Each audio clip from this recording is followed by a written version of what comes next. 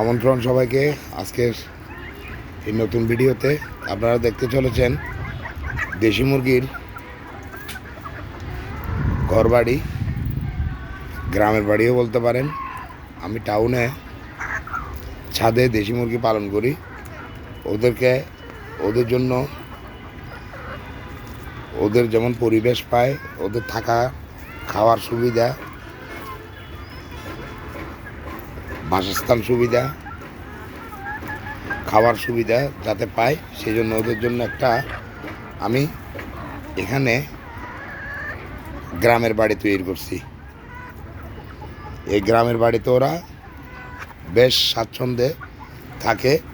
মাঝে মধ্যে অসুস্থ হয়ে যায়, সেই জন্য ওদেরকে একটু চিকিৎসা দিতে হয়। তো আপনারা এভাবে যদি দেশি মুরগি আপনারা এরকম একটা ঘর, এই রাত্রে ওরা এখানে এই ঘরে থাকে, দিনে ডিম পাড়া সব মুরগিগুলো এখানে থাকে। আর যারা ডিম পায়রা কুটে আসছে ওদেরকে রাখি ঘরের ভিতরে একটা মোরগ দিয়ে। এই যে দেখেন,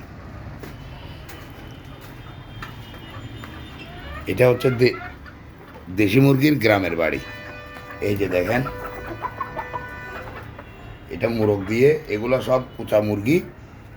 ওরা ডিম পাড়ার পর এক জায়গায় বসে থাকে, সেই জন্য ওদেরকে এখানে এইভাবে মোরগ দিয়ে রাখছি, যাতে করে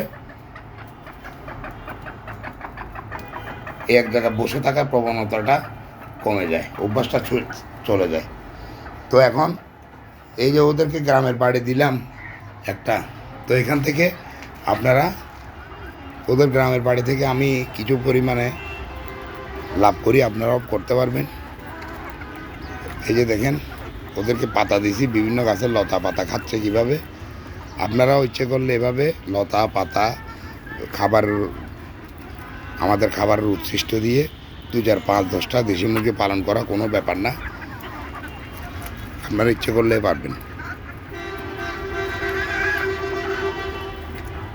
তো ঠিক আছে, আজকের ভিডিও পর্যন্ত। আপনারা সবাই সুন্দর সুস্থ ভালো থাকবেন, আমার জন্য দোয়া করবেন, চ্যানেলটাকে সাবস্ক্রাইব করবেন, ফেসবুকে ফলো দিবেন, লাইক করবেন, শেয়ার করে সবাইকে দেখার সুযোগ করে দিবেন।